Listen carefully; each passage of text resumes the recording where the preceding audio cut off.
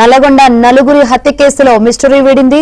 ముజామిల్ ప్రేమ వ్యవహారమే హత్యకు కారణమని గుర్తించారు. సుఫారీ గ్యాంగ్ తో హత్య చేయించినట్టు తేల్చారు. నిందితులంతా పాతబస్తీ రౌడీ షీటర్స్ గా గుర్తించారు. పోలీసుల అదుపులో 6 నిందితులు ఉన్నారు.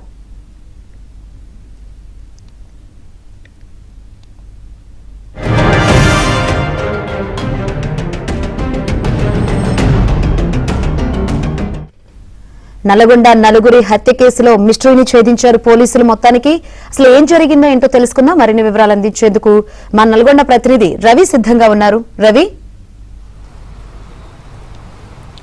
శంకరి, నల్లగొండతో పాటు రాష్ట్ర వ్యాప్తంగా సంచలనం లేపినటువంటి నల్లగొండ నలుగురు హత్య కేసులో మిస్టరీ అయితే వీడింది. పోలీసులు ఎట్టకేలకు నిందితులను అయితే పట్టుకోవడం జరిగింది. అయితే శనివారం ఉదయం పూట జరిగినటువంటి ఈ హత్య కేసులో ఒకే కుటుంబానికి చెందినటువంటి సుల్తాన్, అతని భార్య హసీనా, అతని కొడుకు ముజామిల్, కూతురు అపోరా, ఈ నలుగురిని కూడా అత్యంత దారుణంగా కిరాతకంగా హత్య చేసి గేటుకు తాళం వేసి పారిపోయినటువంటి పరిస్థితి ఉంది. ఆ తర్వాత 3 రోజులకు మాత్రం సోమవారం సాయంత్రానికి పురుగులు పట్టి దుర్వాసన రావడంతో పోలీసులు అక్కడికి వెళ్లి తోడడంతో మొత్తం ఇక్కడ సమాచారం అయితే వెలుగులోకి వచ్చింది. అయితే ఈ ఘాతుకానికి పాల్పడిన వారంతా కూడా ప్రస్తుతం పోలీసుల అదుపులో ఉన్నట్టు తెలుస్తోంది. నిందితులంతా కూడా హైదరాబాద్ పాతబస్తీ రౌడీ షీటర్స్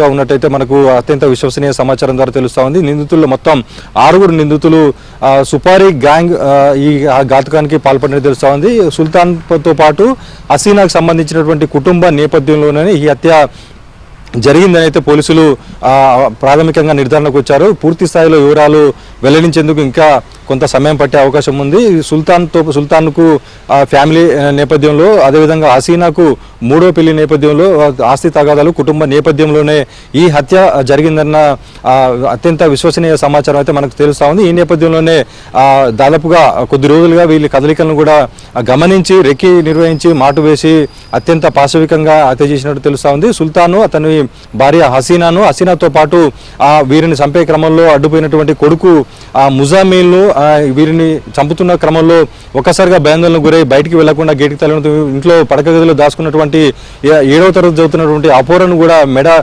కోసి అత్యంత దారుణంగా హత్య చేసి అక్కడి నుంచి పారిపోయారు. పోలీసులు నిందితులు పట్టుకునేందుకైతే తీవ్రంగా శ్రమించాల్సి వచ్చింది. డీజీపీ స్థాయిలో ప్రత్యేకమైనటువంటి స్పెషల్ టీమ్స్ ఫామ్ అయ్యి మొత్తం నిందితుల ఆచూకీ కోసం అహర్నిశలు కూడా శ్రమించాల్సి వచ్చింది. ఇక్కడ ఏదైతే హైదరాబాద్ నుంచి సాగర్ రోడ్డు వెళ్ళేటటువంటి రూట్లో ఉన్నటువంటి ఈ తెలంగాణ కాలనీలో అక్కడక్కడ ఇళ్లు మాత్రమే ఉంటాయి. పూర్తి స్థాయిలో సీసీ కెమెరాలు కూడా లేకపోవడంతో నిందితుల ఆచూకీ కనిపెట్టేందుకైతే పోలీసులు తీవ్రంగా శ్రమించాల్సి వచ్చింది. ఎట్టకేలకు ఆధారాలు అయితే లభించడం జరిగింది. ఈ హత్యకు సంబంధించి సుల్తాన్, అతని కుటుంబ మొత్తాన్ని కూడా మట్టుపెట్టడానికి కేవలం కుటుంబ నేపథ్యంలో ఉన్నటువంటి వివాదాలే ఈ హత్యకు దారితీస్తున్నట్టు తెలుస్తా ఉంది. ఈ హత్యలో సుపారీ గ్యాంగ్ పురమాయించి దాదాపుగా లక్షల రూపాయలు సుపారీ గ్యాంగ్కు ముట్టజెప్పి ఆ సుపారీ గ్యాంగ్ చేతనే కుటుంబాన్ని మొత్తం కూడా హత్య చేయించినట్లయితే తెలుస్తా ఉంది.